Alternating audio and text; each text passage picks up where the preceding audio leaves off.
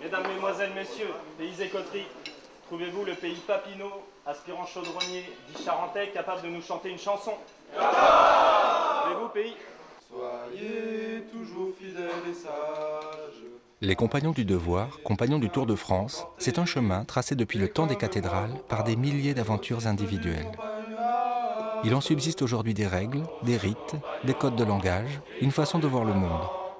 Par le principe essentiel du voyage à travers la France, des générations de jeunes gens et à présent de jeunes filles, entre 15 et 25 ans, se sont imprégnés des valeurs d'excellence et de fraternité qui sont l'image des compagnons.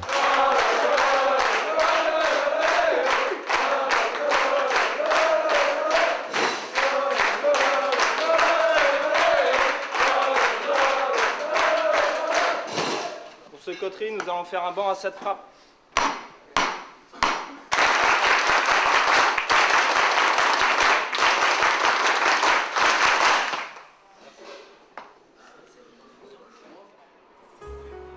Ce chemin des compagnons est avant tout un cycle de formation organisé autour de la valeur centrale du travail. Il commence la plupart du temps très tôt, dès l'âge de 15 ans, par 2 années d'apprentissage. Des boulangers aux chaudronniers, en passant par les paysagistes, les plombiers ou les charpentiers, ce sont 23 métiers de la transformation de la matière qui sont concernés. Il se poursuit ensuite en un parcours intensif pour gravir les échelons du compagnonnage. Stagiaires, aspirants, puis compagnons, entre travail en entreprise et période de formation professionnelle. Mais l'originalité de cette formation est que les jeunes devront, tout au long de leur parcours, plusieurs années durant, vivre un changement régulier de ville et d'entreprise dans tout le pays et même à l'étranger. Pendant leur long itinéraire, il leur faudra adhérer à des valeurs communes, à une discipline particulière, mais aussi consentir à des sacrifices qui témoigneront de la réalité de leur engagement. Tout est entrepris pour façonner un groupe cohérent, fortifier des liens de fraternité et créer un sentiment d'appartenance.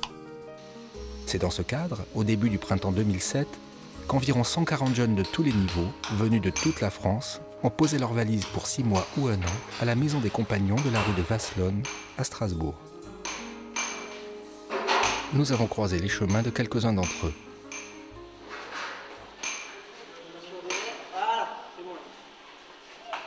Kevin Gendry, j'ai 21 ans. Donc je viens de la Mayenne, je suis compagnon menuisier. Depuis tout petit, je voulais être menuisier. Et quand j'étais donc en 4e, j'ai été voir chez les compagnons. J'ai trouvé ça pas mal en fait. Et de là, j'ai fait mon recrutement. J'ai commencé en apprentissage, donc à Angers. Donc j'ai commencé en 2000, septembre 2000. Donc j'avais 15 ans. Donc de là, après, j'ai donc décidé de partir sur le Tour de France pour voyager, en fait. Ça m'attirait, en fait, le voyage, d'apprendre mon métier en voyageant et voir autre chose, quoi. Donc je suis parti à Périgueux. Périgueux, première ville, donc pendant 7 mois. Après, je suis parti l'été à Castres. Après, je suis parti à Brest, en hiver. Après, donc j'ai fait Auxerre. Après, Épône. Après, je suis parti 1 an dans les îles à Mayotte. Et donc après, je suis venu ici, à Strasbourg.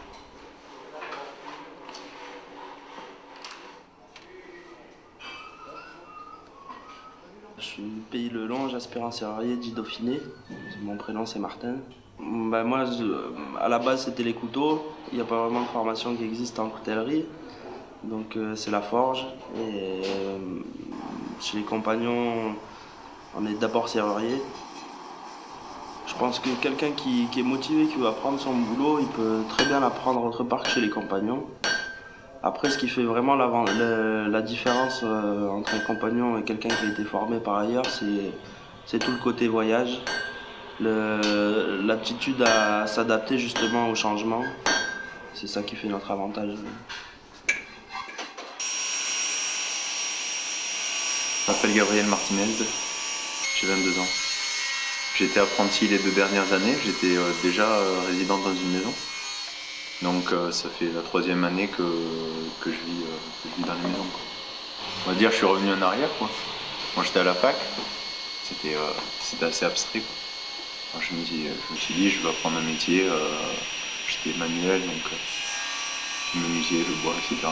Et à 19 ans, j'allais bientôt sur mes 20, moi j'ai repris un cycle d'apprentissage. Je sais pas, j'avais besoin de partir de chez moi. C'était suffisant, quoi. J'avais besoin de partir et puis je suis fils unique, c'est peut-être ça qui m'a donné l'envie de... J'ai jamais connu cette vie en communauté. Je pense que c'est ça qui m'a plu, je recherchais ça, quoi.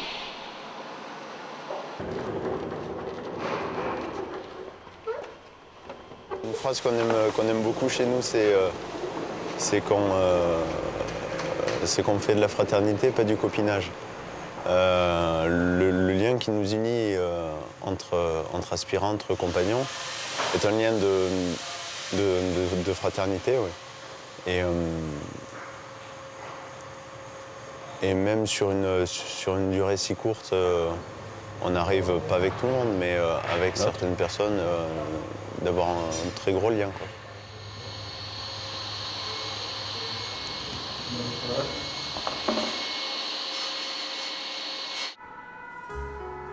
Le compagnonnage, c'est un engagement collectif et dès le début, on demande aux jeunes de prendre des responsabilités, des gâches dans le langage compagnonique. Pour le stagiaire, la gâche se pourra être la charge de sortir les poubelles ou de dresser la salle du petit déjeuner. Mais peu à peu, ces responsabilités s'alourdiront. On lui demandera d'organiser des sorties collectives, de s'occuper des apprentis surnommés lapins au sein du corps de métier, puis d'être délégué des jeunes. Et à la fin de son tour de France, il pourra rendre à l'association 2 ou 3 années de devoir comme formateur des plus jeunes. Ainsi Paul-Emmanuel Dupaquier, compagnon couvreur de 25 ans, aux ateliers de la Maison des Compagnons. Moi je sais que formateur, ça m'a toujours attiré. Et puis on va dire c'est un petit peu le nerf des compagnons, la retransmission. Ça, on va dire c'est ce qui fait qu'aujourd'hui le compagnonnage tourne. C'est la retransmission, quoi. Je dirais, moi j'ai des personnes qui ont pris du temps pour m'apprendre un métier, etc. Et aujourd'hui, c'est un petit peu à mon tour de retransmettre ce que j'ai appris et de pouvoir faire partager à d'autres jeunes ce que j'ai vécu ou ce que je vis tout bonnement, quoi. J'ai quitté le milieu scolaire et quand je suis arrivé pour me former, je me suis dit, tiens, le prof, il est jeune, quoi. C'est un jeune. Et ça, c'est le choc, ça le fait à tout le monde. Et les apprentis, ils sont quand même étonnés de voir que c'est un jeune de 25 ans qui va leur apprendre le métier, enfin, qui est leur professeur principal, quoi. La plupart des jeunes qu'on a, c'est des jeunes qui ont quitté le milieu scolaire parce qu'ils en avaient un peu marre ou ils avaient des difficultés, etc. Et se tourner vers l'apprentissage, on va dire un peu pour quitter les bancs d'école. Et hélas, ils retombent, on va dire, un petit peu sur le même procédé. Mais le fait que ce soit des jeunes qui soient en face d'eux, le courant est quand même différent. Et c'est ce qui fait un petit peu, je dirais, la force des compagnons et un petit peu l'originalité, quoi. C'est d'avoir des formateurs jeunes, quoi. C'est quoi ces trucs-là? C'est la pince. Clément, enfin Clément. J'ai jamais vu ça, honnêtement. C'était pour éviter que ça redescende, mais ta patte, là, ta pince, tu l'as fait derrière, mais là tu glisses une patte et tu tiens directement. Ah, j'ai jamais vu ça, là. Ça, c'est de l'invention, là. Tu réinventes le métier, là, mon lapin, là. Allez. Démonte-moi tout seul, enlève-moi ces horreurs. Oh là là là là.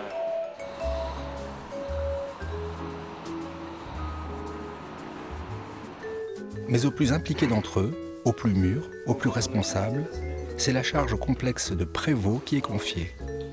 Charge administrative, certes, mais avant tout humaine, puisque le prévôt de Strasbourg, par exemple, a la responsabilité morale de plus de 500 jeunes. Ce prévôt, depuis 2005, c'est Jocelyn Poirier, angevin selon son nom de compagnon, un ouvrier carrossier qui n'a que 26 ans. Aujourd'hui, qu'est-ce qu'un prévôt au sein d'une maison de compagnon? C'est un directeur, tout simplement, qui gère différents aspects aussi, donc le patrimoine, qui va gérer bien sûr la communauté d'une maison comme par exemple Strasbourg, qui génère 140 jeunes et à peu près 360 à 400 apprentis en formation toute l'année. Il a un rôle d'écoute, il a un rôle de conseil aussi, un rôle de grand frère. On se considère un peu comme une grande famille, donc il y a forcément des petits frères, des grands frères, des petites sœurs, des grandes sœurs. Il y a aussi une mère, notre mère, la mère des compagnons. Donc son rôle du prévôt, ça va être un peu jouer le rôle, je ne pourrais pas dire de père, mais de grand frère, dans le sens de rappeler les bonnes conduites à tenir dans une maison de compagnon, même à l'intérieur comme à l'extérieur d'une maison de compagnon.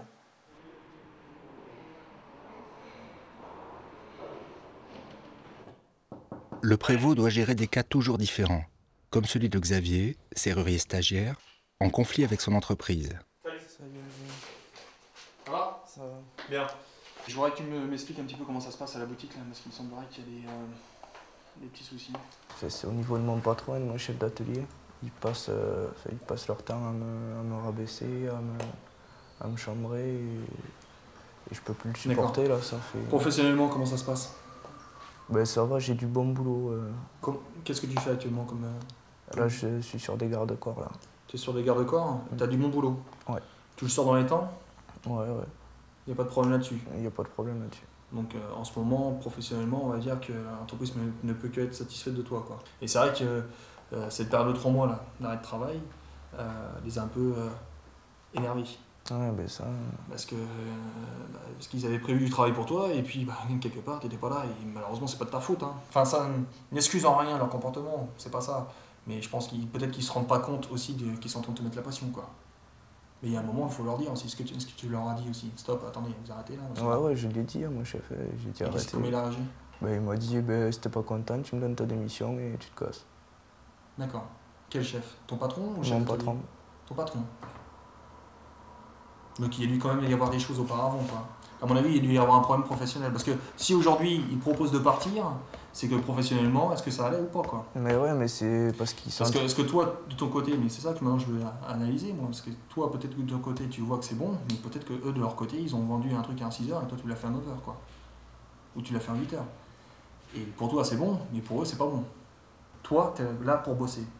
Et si ton chef d'atelier, tu m'as dit qu'il pourrissait, ailleurs, t'as pas besoin de l'écouter, tu fais ton taf, et fais-le le mieux possible, le plus proprement possible, et le plus rapidement possible. Mets-toi ça dans la tête. Et pendant tout ton tour de France, il faudra que ça réagisse comme ça, quoi. Il n'y a pas à suivre. D'accord? Ouais.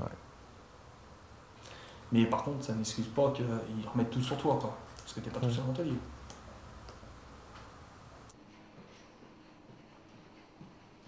Le cœur de la maison des compagnons est la salle à manger, lieu collectif par excellence. Dans leur stratégie éducative, c'est un espace décisif, un de ceux où se forge et se consolide l'identité du groupe, où le savoir-être selon les compagnons doit être manifeste par le respect impératif des règles de comportement. Les simples règles qu'on leur demande, c'est déjà de ne pas engendrer de discussions bruyantes, de rester poli à table, pas de parler de politique ou de religion ou quoi que ce soit qui pourrait engendrer des discussions qui n'auraient pas lieu dans une salle à manger. Et puis la tenue, on leur demande par contre de venir avec une tenue propre. Hein. Donc nous, on n'a pas de tenue de travail, il n'y a pas de bleu ni de blanc, enfin, selon le corps de métier. Donc on leur demande de venir avec normalement au moins un haut avec un col.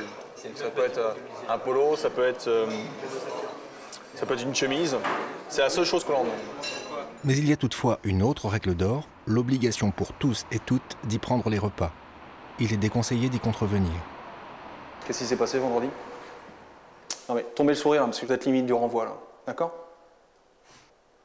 suis passé gentiment jeudi matin, moi, pour vous dire les gars, vous vous orientez comme vous voulez, mais le règlement, vous l'avez lu, vous l'avez signé, et il est marqué dedans, vous regarderez, comme quoi vous devez manger le midi à la maison des compagnons. Alors je sais pas si vous avez déjà eu des avertissements là. Non. Non? Non. Alors comment on fait? Vous n'avez pas la nourriture chez les compagnons, c'est ça? Avec le respect que je vous dois. Pardon? Avec le respect que je vous dois, vous tous, je veux quand même vous dire qu'il y a certains jours, ça donne pas envie de manger ici. Et aujourd'hui, qu'est-ce qu'il y avait? Il y avait foot. Ouais. Mais c'est quoi? Alors ça veut dire qu'on va venir le lundi, le jeudi soir? Non, non, non, tu dois venir tout le temps. Moi, je ne vais pas héberger un jeune si c'est pas pour manger à la maison des compagnons et pas vivre quelque chose le soir. Quand moi j'ai que c'est mauvais, on sort, on va quand même manger après. Mais comment ça, c'est mauvais? Mais je suis sûr que moi, si je fais venir tes parents, ils vont me dire que c'est mauvais. On paye. On paye. Mais je m'en tape que tu payes. T'as pas compris ça? Si, c'est juste une histoire de pognon, mais les gars, mais je préférerais que vous soyez rémunérés à 10% du SMIC. Hein. Parce que vous croyez quoi? Parce que vous avez 600 €? Parce que vous avez 50% du SMIC là en étant chez les compagnons? Vous savez, oh, mais on s'en fout, de toute façon on paye. Et ça veut dire quoi ça? Putain, on a pensé à une seule chose. Pendant 2 ans, c'est vous amener à une mentalité d'homme de métier, mais on voit que on a échoué là. Ça marche pas. C'est pas la carte là. Ah, vous êtes complètement gourés les coteries là. Si vous voulez faire ça, vous allez dans une fac là. D'accord? Et vous n'êtes pas chez les compagnons. Mais maintenant, si on se prend un avertissement là, ça veut dire que la boîte nous en finit aussi quoi.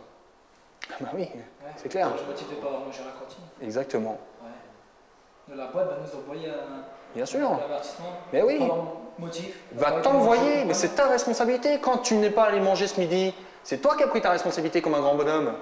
Ben maintenant, t'assumes. Mais bon, pour moi je trouve que le motif.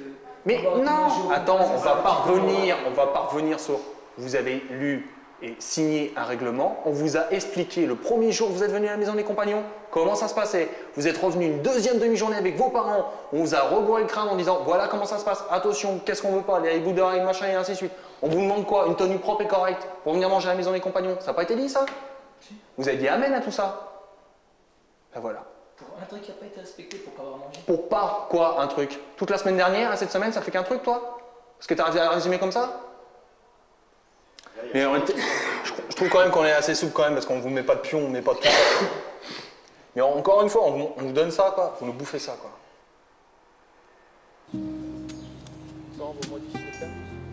Les compagnons sont comme une famille et réagissent comme tels.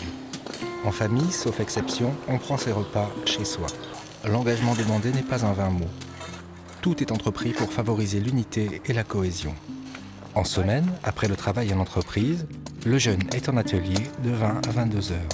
On lui demandera aussi de donner son samedi et parfois son dimanche pour effectuer des travaux d'entretien, ici déplacer une clôture métallique, ou représenter l'association dans des manifestations publiques.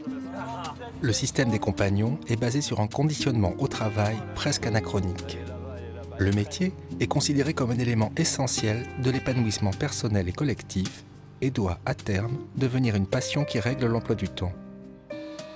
Le stagiaire devra très tôt s'habituer à y consacrer l'essentiel de son temps et presque de son activité mentale, à un point qu'on a pu parler d'addiction au travail.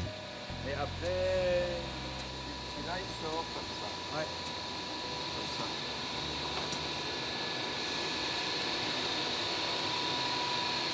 Là c'est 1 millimètre.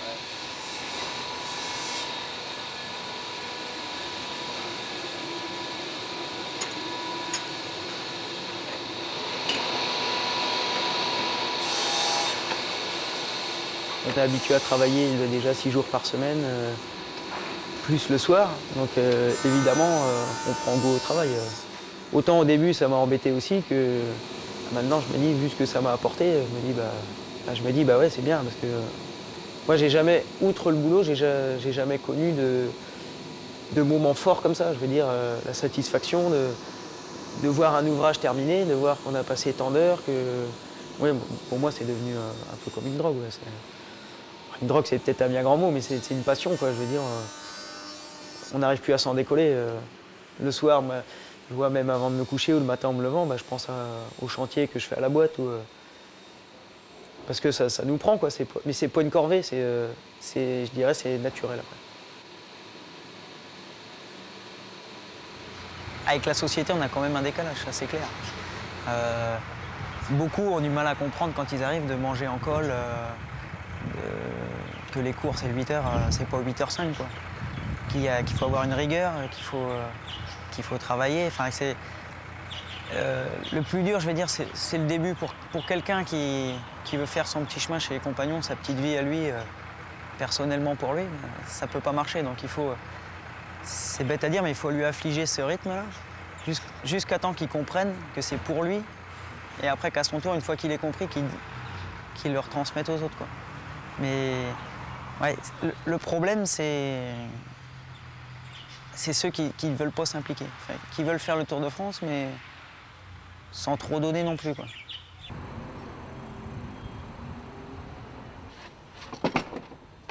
C'est vrai qu'on a un peu une vie, on vit à 100 à l'heure, on a toujours l'impression d'être un peu décalé avec la société. Les gens nous regardent des fois un peu bizarrement quand on leur dit un peu nos emplois du temps, etc. C'est sûr que ça fait toujours un petit peu peur, on a toujours l'impression que quand on entend parler des compagnons, c'est du travail, du travail, du travail. Non, parce que il faut en profiter tant qu'on est jeune, de pouvoir avancer, se former, etc., d'apprendre. Hein, on a 8 ans, un Tour de France, en moyenne, ça dure 8 ans en comptant l'apprentissage. C'est très rapide et 8 ans pour apprendre un métier et devenir, entre guillemets, un homme de métier, quelqu'un recherché, quelqu'un de compétent. 8 ans, c'est très très court, quoi. Quand on voit les métiers qui sont très polyvalents, quand on voit tout ce qu'on a à apprendre, les métiers évoluent, etc.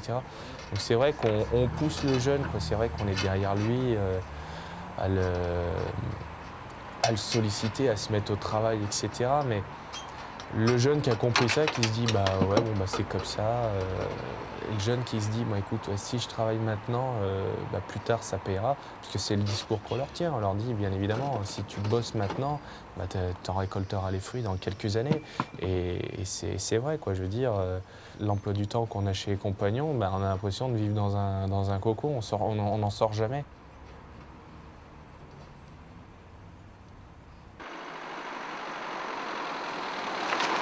En fonction des personnalités, cependant, il y a des niveaux d'adhésion différents, et quelques-uns comme Martin ont un rythme plus personnel, et sont autant attirés par l'itinérance que par le métier lui-même.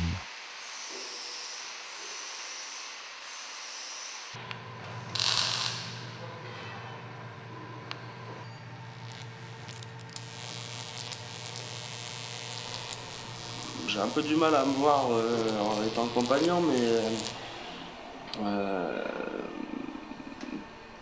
pour l'instant, moi j'ai envie de voyager le plus possible et puis qui sait, peut-être qu'un jour je serai arrêté sur ma route et puis je déciderai autre chose, quoi. Mais moi j'aimerais bien partir à l'étranger, dans un pays anglophone. Je pense que je veux partir en Angleterre ou Irlande. J'aurais voulu partir plus loin, mais pas au niveau financier, ça va être dur. Donc, par exemple, au début, je voulais partir en Nouvelle-Zélande, mais en Nouvelle-Zélande, il faut avoir 10 000 francs sur son compte pour pouvoir rentrer dans le pays. Le billet d'avion, c'est 10 000 francs aussi. Je les aurais pas d'ici cet été, donc il faudra partir un peu moins loin.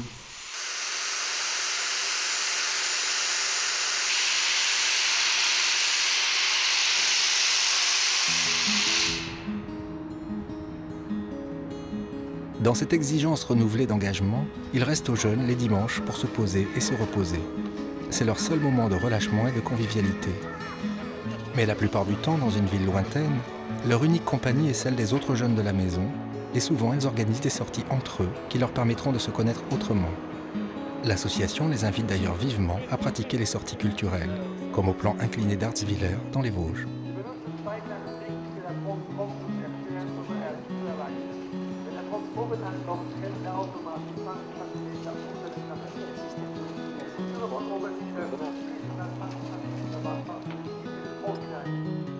Et puis, bien sûr, de temps à autre, il y a les samedis soirs qui se terminent tard dans la nuit.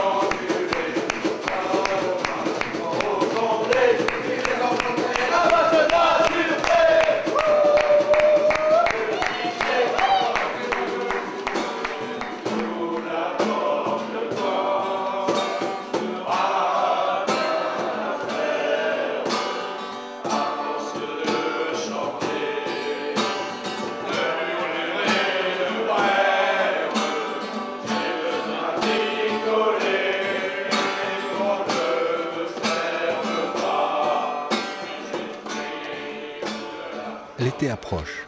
Chez les compagnons, c'est une saison riche en fêtes annuelles, comme celle organisée par les couvreurs et les maçons. Le stagiaire serrurier Xavier, qui connaissait des difficultés dans son entreprise et qui s'apprêtait à être adopté comme aspirant, y participe. Donc Xavier, il y a du nouveau pour toi? Ouais, bah ouais, j'arrête les compagnons et je rentre chez moi. T'en as marre? Ouais, il y a un peu de ça, ouais. Alors, quand on t'avait quitté, t'avais des problèmes avec ton employeur, ça s'est pas résolu? Non, toujours pas. C'est-à-dire qu'il est toujours, il t'en veut toujours d'avoir... Ouais, il a pas changé, quoi, toujours aussi sympathique. Et donc ça moi ça me plaît pas de travailler comme ça. Et puis après les gens ils savent pas faire confiance, donc moi ça me dit pas de rester là. Et voilà, donc je Les reste gens, chez moi. tu veux dire les employeurs ou les compagnons? Les deux. Qu'est-ce que tu veux dire par là? Parce que quand on leur dit quelque chose, ils ne croient pas, donc malgré qu'on insiste ou quoi, ils ne croient pas parce qu'ils ne font pas confiance, et puis voilà. Tu veux dire qu'il ne t'a pas été soutenu par rapport à ton problème avec l'employeur? Voilà, il y a ça, et par rapport à l'adoption aussi, ça n'a pas été génial. C'est-à-dire? Bah, ils m'ont pas cru, quoi. Tout ce que je leur disais, ils ne me croyaient pas, et puis ils m'ont dit tu rentres chez toi et on verra plus tard. La décision concernant Xavier a été difficile à prendre, mais l'entourage de la corporation, les compagnons sédentaires et le prévôt sont intransigeants sur le critère de la motivation. Xavier arrive à, maintenant, ça fait 9 mois qu'il est dans la maison des compagnons de Strasbourg. Bon, il a eu un accident du travail, comme on le sait, et ce qui l'a un petit peu amputé dans le sens de se faire connaître vis-à-vis de la maison et ainsi de suite. Mais les périodes où il était présent, le corps de métier n'a pas ressenti une forte volonté de sa part, quoi. Donc il fallait toujours, on va dire, demander à Xavier de pousser pour qu'on puisse voir un petit peu de résultats. Et donc au bout d'un moment, on demande, puis on veut que ça soit de façon autonome, qu'il prenne des responsabilités et les approprie. Donc le corps de métier lui a simplement dit que on ne pourrait pas continuer comme ceci dans cette situation, surtout que bon, comme on le sait, il avait quelques problèmes vis-à-vis de l'entreprise. Lui trouvait que bon, l'entreprise abusait un petit peu. Et puis bon, on a quand même fait un petit peu le point à l'entreprise aussi. L'entreprise dit qu'il est vraiment à un niveau très très faible au niveau, par rapport au niveau qui devrait être, c'est-à-dire ouvrier qualifié. Faut compter sur Strasbourg, par exemple, on a eu 50 jeunes qui sont venus pour découvrir le Tour de France. Sur ces 50 jeunes, on a eu un taux d'abandon qui est à peu près une quinzaine de jeunes. Et il y a facilement une dizaine de jeunes à qui on a dit stop, on arrête, quoi. Ça va pas. La période de stagiaire, en fait, c'est la période où le jeune, aussi bien de son côté, va pouvoir un petit peu s'apercevoir de ce que c'est que le Tour de France, mais nous aussi, les plus anciens, du moins, vont un petit peu regarder comment réagit le jeune face à certaines situations. Et ce qui a bloqué justement avec Xavier, c'est que face à certaines situations, on n'a pas eu le résultat qu'on demandait. Les fêtes sont l'occasion de souder la communauté entre itinérants et sédentaires, de porter les signes de reconnaissance identitaire et de pratiquer les rites secrets qui leur ont parfois donné une réputation bien exagérée de secte. Les rites n'ont d'autre fonction que de relier les compagnons entre eux et d'affirmer leur appartenance à un groupe à l'intérieur de la société. Pour Jocelyn Langevin, cette fête compagnonique sera l'une des dernières en tant que prévôt. Le chemin de son Tour de France s'arrête en effet le mois prochain. Son remplaçant travaille pour l'heure à Gstaad, en Suisse. C'est Simon l'Alsacien, un menuisier de 25 ans que les compagnons avaient repéré de longue date et qui a été désigné presque du jour au lendemain.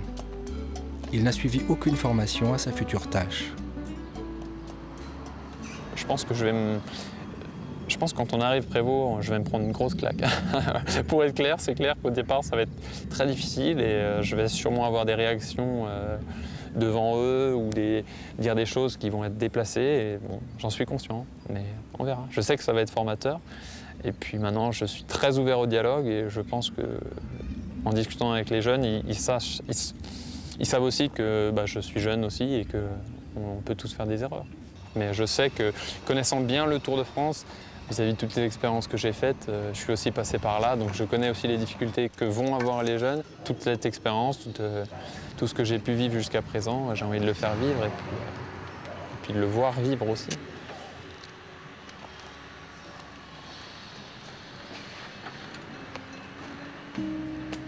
Dans bien des chemins, dans bien des voyages, il y a des événements imprévus qui vous contraignent à faire une halte au bord de la route et à suspendre pour un temps votre marche. C'est le cas de Gabriel, qui s'est grièvement blessé à l'atelier et qui doit rentrer chez lui prématurément pour un cycle de rééducation d'une durée indéterminée. Il reste philosophe cependant. Je me dis que je crois pas au hasard. De toute façon, si ma blessure a dû arriver, c'est que ça devait arriver, quoi. Je ne me prends pas la tête avec ça, quoi.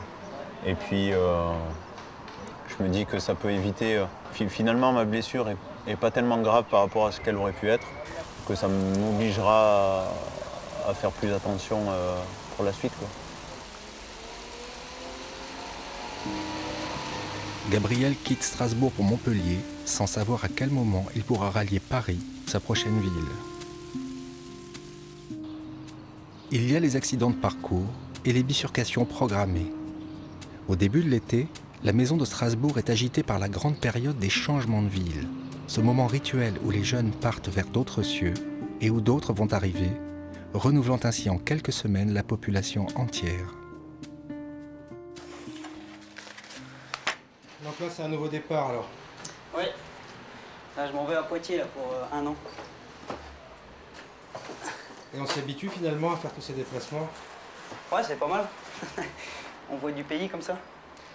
Mais ça fait pas toujours un peu un serrement au cœur quand on s'en va d'un endroit? Ouais, quand on s'habitue dans une ville, c'est vrai que partir, c'est dur, quoi. Mais une fois qu'on arrive dans l'autre, après,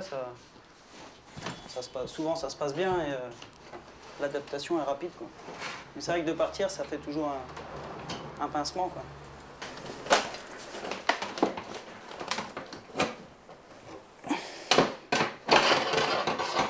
Salut. T'es adopté? Non, t'es pas adopté, je sais plus. Bon Tour de France. Merci, pareillement. Toulouse, mon tour. Au plaisir, mon poulet. Fais gaffe à la voiture. Ouais, je suis fatigué, je m'arrête. Bonne ville. Ouais, allez Marco. Bon courage pour la suite. Je ne sais plus où j'en suis. Salut Dauf. Bon tour. Ben merci, bonne continuation à toi. À vous aussi. Nous rentrons en voiture. On le prend, sa caisse. Bon Tour de France. Allez, bon Tour de France. Bon courage là, pour votre réception alors. Ouais, ça marche. À bientôt. Mettez-y du cœur. T'inquiète, c'est fait. Ça marche. Bonne fin de tour. Espèce de con.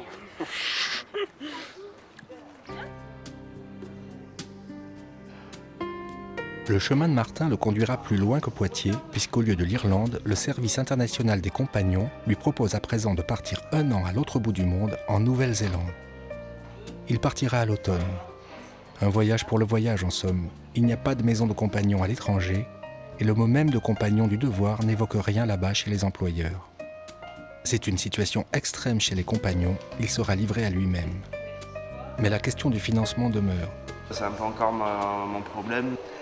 Je sais pas, je vais voir, j'ai peut-être la possibilité de rentrer chez moi fin juin, de bosser chez mon père juillet, août, de faire un peu plus de sous, et puis voilà.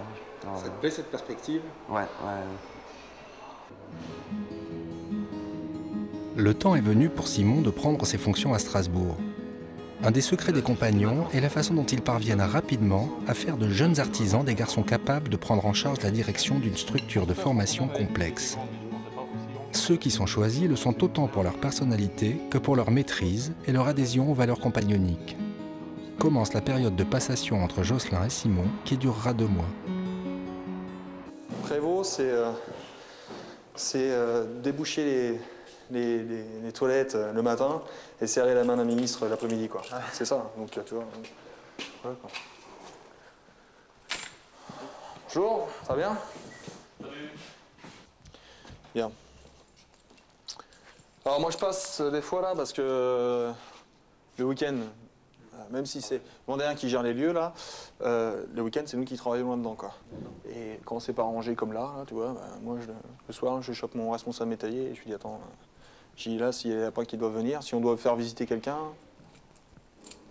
pas convenable, quoi. Alors, on va aller voir une pièce essentielle de la maison.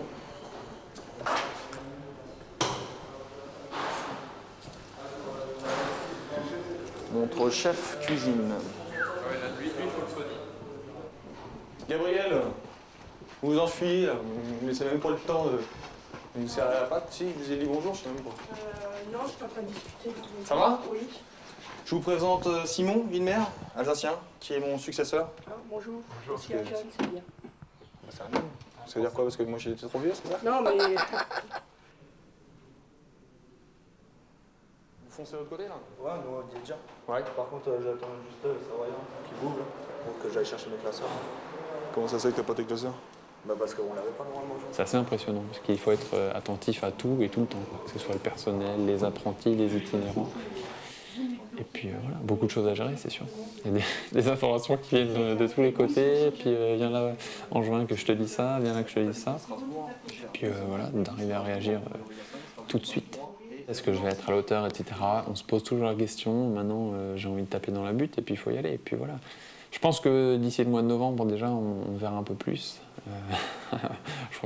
J'espère que toutes mes premières impressions vont être confortées. Et puis voilà, mais c'est vrai que chaque chose que je vais faire, chaque réunion que je vais faire cette semaine, et puis les mois à venir, à chaque fois, c'est un petit défi que je me lance, et puis il faut y aller. C'est comme ça qu'on va de l'avant, donc on verra. On verra ce que ça donne maintenant.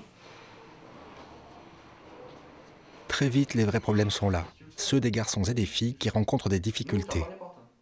Ainsi Caroline, apprentie tapissier, qui vient d'apprendre qu'elle a échoué à son CAP et qui pense que du coup, elle ne pourra pas commencer son Tour de France comme elle l'avait envisagé. La seule chose qu'il y a, c'est qu'au niveau de l'embauche, c'est pas nous qui sommes maîtres de l'embauche dans le sens que nous, on téléphone au patron, on propose des candidatures. Maintenant, le patron, si t'as aucun patron qui veut te prendre, tu sais comment c'est. Hein. Mais je pense qu'il faut pas s'en faire une montagne, quoi. Bon, maintenant, t'es arrivé, bon, l'examen, tu l'as pas eu, bon, faut pas s'arrêter là-dessus. Faut arriver à évoluer, à dire, bon, bah voilà, qu'est-ce qu'on fait l'année prochaine, trouver des solutions, et puis aller de l'avant, quoi. Faut pas rester sur un échec. Nous, ce qu'on te propose, c'est de consolider tes bases dans l'apprentissage. Ton patron, il sera plus à même de prendre du temps pour toi, pour te former, et puis comprendra que tu ne sois pas encore tout à fait opérationnel, alors que si tu arrives en tant que stagiaire, donc en tant qu'ouvrier, hein, pour une entreprise, là, ce sera beaucoup plus difficile pour toi, quoi. Si tu es capable d'y arriver, ok, nous on se défonce, tu nous donnes un coup de main aussi, de toute façon, et puis on trouve une boîte, on va trouver une boîte en tant que stagiaire, n'importe où, dans quelle ville du Tour de France, peut-être pas Paris, parce que ça sera trop sélectif, peut-être que Paris ce sera l'année prochaine, mais après il faut que tu comprennes bien que la barre, il faudra l'atteindre, quoi. Tu auras ton CAP plus l'entreprise à maintenir et... Faut pas se dire c'est pas possible, non, on peut trouver des solutions. Mais toi, il faut que tu sois clair dans ta tête. Qu'est-ce que tu veux faire maintenant? C'est ça? Je sais pas, parce que l'option d'une année dans une entreprise en tant qu'ouvrier, même si j'ai pas mon CAP, bon, il va falloir que les gens donnent à fond, ça je le sais, mais il y a des difficultés quand même pour trouver une entreprise. Non, c'est clair. C'est clair. Il y a... Dans d'autres corps de métier, ça pose pas de soucis. Tu prends maçon, un jeune qui a loupé son CAP de maçon, ou sans dire maçon, parce qu'on dit toujours le même truc, mais plombier par exemple, il y a tellement de taf que le patron il prend, il dit bon c'est pas grave, écoute, t'as au moins vu la base, ainsi de suite. Et métier de tapissier, tu sais mieux que moi, quand tu vois la galère que ça a été déjà pour trouver ton premier patron, c'est toi qui l'as trouvé quand même. Hein. Donc on sait que ça n'a pas été évident, qu'il a fallu faire un tas de démarches, ça n'a jamais été joué, tu te rappelles. Il y avait toujours un truc, il y avait toujours un hic, quoi. Je sais pas, mais faire une année d'apprentissage encore en garniture, j'ai pas envie de refaire encore des stages, de faire l'endroit où je suis, Angoulême. J'ai trop galéré pendant 2 ans et j'ai pas envie de retomber là-dedans. Donc je sais pas, je sais pas du tout. On demande pas de savoir de suite. On demande juste, alsacien... Bah, que tu réfléchisses, hein. Tu prends du recul, parce que là tu es encore dans la déception de l'examen, tu as une grosse montagne devant toi, et puis tu sais pas par où commencer à monter. Donc.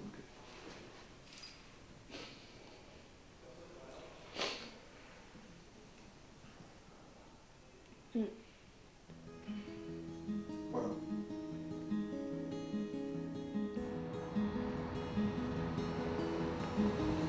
Pour Paul-Emmanuel, savoyard, la fin du chemin du Tour de France, c'est la sédentarisation, ce devenir adulte de tous les compagnons. S'il ne laisse pas encore son rôle de formateur qu'il conserve encore une année, il ne participe déjà plus à la vie collective, puisqu'à 25 ans, il vient d'aménager dans son premier appartement. C'est un changement de vie radical.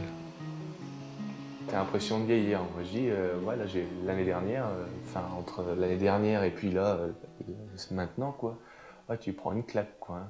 Tu te dis, j'ai déjà 8 ans de ma vie qui viennent de passer et j'ai l'impression d'être apprenti hier quoi. Je me vois toujours apprenti en disant, punaise, si je veux aller au bout des compagnons, j'en ai pour 8 à 10 ans. Je disais, je vais jamais tenir tout ça quoi, c'est énorme. 8 à 10 ans, vivre comme ça, c'est pas possible quoi. Enfin, j'étais assez négatif en tant qu'apprenti. Et puis du jour au lendemain où je suis parti sur le tour, quoi, sur ma première ville, c'est passé une vitesse. Et puis tout s'enchaîne, on n'a pas le temps de s'arrêter, quoi. Hein. On est sans cesse, c'est pas des contraintes, quoi. Mais il y a toujours quelque chose sur le tas, il faut faire ci, il faut faire ça, etc. Les changements de ville, les nouvelles rencontres, etc. Enfin, t'as une vie qui est tellement rythmée que t'as pas le temps de te reposer, quoi. Et c'est vrai que du jour au lendemain, de te quitter, on se dirait que ça fait du bien aussi, hein, ça permet de décompresser un petit peu. Et c'est vrai que quand on a vécu comme ça pendant quelques années, avoir du monde et tout, c'est pas facile de couper le cordon du jour au lendemain, quoi. C'est-à-dire on était quelque chose pendant 8 ans, puis maintenant on est quasiment, pas plus rien, mais dans le sens au contact avec les jeunes, etc. On se dit, bon ben voilà, c'est fini. Bon. On se trouve un peu comme un imbécile des fois. Salut. Ça soude.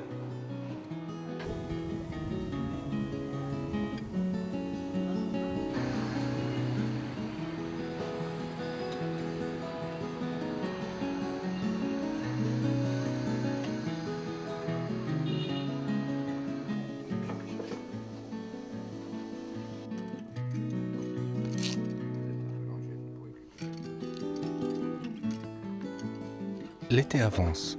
Rentré à Montpellier chez ses parents, pour tenter avec beaucoup de difficulté de retrouver l'usage de sa main par la rééducation, Gabriel s'accommode aussi de cette nouvelle vie. Je peux prendre le temps de faire les choses, c'est agréable. J'ai du temps. C'est nouveau? Ouais. Est-ce que ça va pas être dur du coup de revenir là-bas? Je pense qu'il y aura un temps d'adaptation, je pense. Mais ça va vite revenir, quoi. Il y a pas de problème. Non, il me tarde de pouvoir arriver dans ma prochaine ville. Ouais. Et à Paris, ton employeur, il t'attend pas, non? Donc à Paris, j'ai pour l'instant pas d'employeur. Dès que je verrai quand je pourrai reprendre, à ce moment-là, ouais, on fera ce qu'il faut, ouais, avec le prévôt là-bas. De toute façon, même s'il en trouve pas, j'irai quand même et puis j'en trouverai. Non, j'ai envie d'aller à Paris, ça, y a pas de problème. Et même si j'en ai pas en arrivant, j'en trouverai.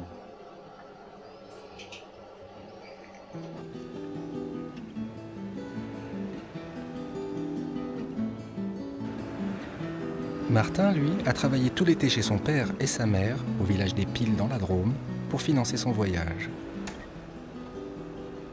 En ce moment, c'est un peu vague, je me pose plein de questions, je stresse pas vraiment non plus, mais je pense que plus ça va approcher, plus la stimulation va être forte et le stress va peut-être monter un peu plus.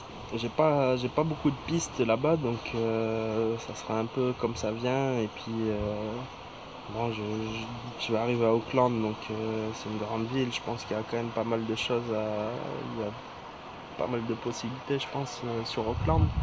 Donc je vais prospecter sur Auckland un peu pour commencer, mais j'ai pas vraiment quelque chose de défini, ça sera un peu en fonction de ce qui s'ouvre à moi, des possibilités que je trouverai là-bas, les opportunités que je trouverai.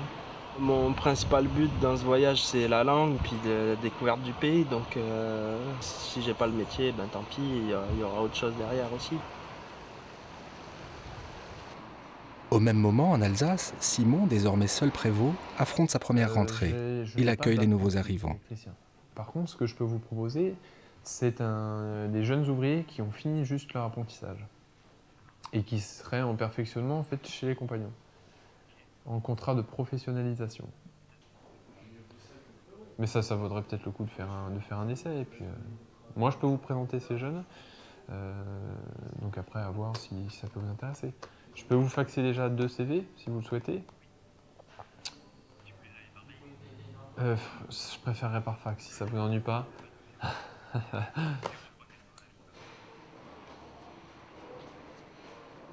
Ok. Et t'as vu mon patron pour les contrats? Oui, c'est bon. Et alors? Bah, tu embauches lundi, contrat pro de 7 mois, 4 semaines de stage. Impeccable. Voilà, c'est nickel. Ouais, donc c'est à peu près sûr que la boîte ça me garde quoi. Non, c'est pas sûr. T'es embauché, c'est certain. Ouais, voilà. Et bah, elle te fait ton contrat, t'embauches lundi jusqu'au 28 mars. Oh, c'est nickel. Ah non, mais c'est sûr, c'est clair. Par contre, bon, t'embauches un peu moins. Oui, mais ça, c'est pas grave. J'ai du travail, c'est le principal.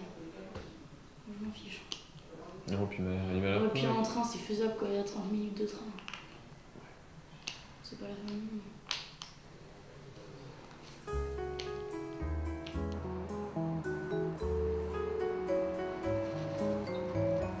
Des compagnons unis au printemps dans la maison de Strasbourg, les chemins sont dispersés à l'automne. Chacun a suivi sa propre route désormais. Simon est à présent bien installé dans son rôle de prévôt, armé d'un tempérament bien différent de celui de son prédécesseur. Même s'il a un peu la nostalgie de l'établi et des chantiers, il a pris goût à l'expérience et pense qu'à la fin de sa gâche, il fondera sa propre entreprise.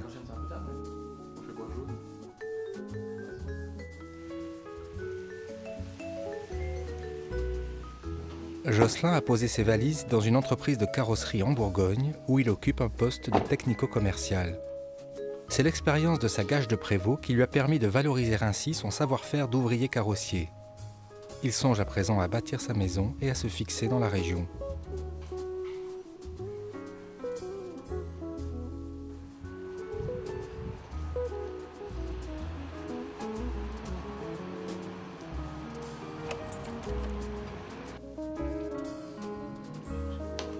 Kevin, lui, continue sa route.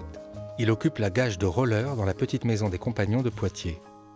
L'an prochain, il reviendra dans sa région, vers Angers, pour rendre aux compagnons 2 années de formation comme maître de stage. Un petit bout d'épure et puis hop.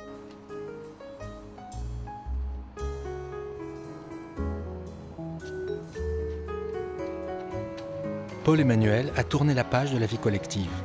Il a pris ses marques, s'habitue à son nouveau rythme. Il restera en Alsace et commence à songer à fonder une famille.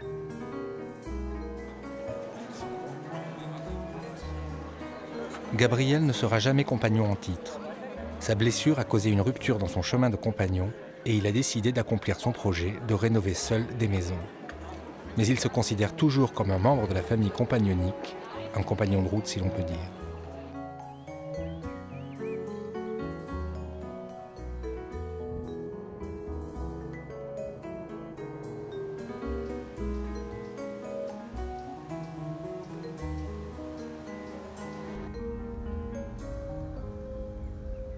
Enfin, Martin est en Nouvelle-Zélande. Il a décidé de se débrouiller seul, sans parler un mot d'anglais, et de ne pas recourir aux adresses d'entreprise que lui avaient données les compagnons.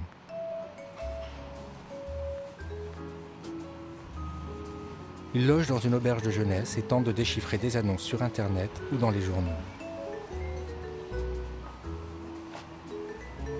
Si les compagnons considèrent que c'est une année de formation que de partir si loin de tout et si longtemps, c'est que pour eux, le voyage est formateur en soi. Il ouvre l'esprit. Dans le cas de Martin, il contraint le jeune à ne compter que sur lui-même, à puiser dans son courage, dans ses ressources, à s'émanciper. C'est peut-être aussi une manière de perpétuer le compagnonnage des époques anciennes. Au XVIIIe siècle, en effet, pour un garçon du Pays Basque ou de Bretagne, c'était partir au bout du monde que de rallier Marseille, Lille ou Strasbourg. Il fallait alors des semaines de voyage au travers de pays dont il ignorait la langue. Ce sont ces chemins de compagnons, ces milliers de chemins individuels qui, ensemble, forment depuis toujours le grand chemin des compagnons.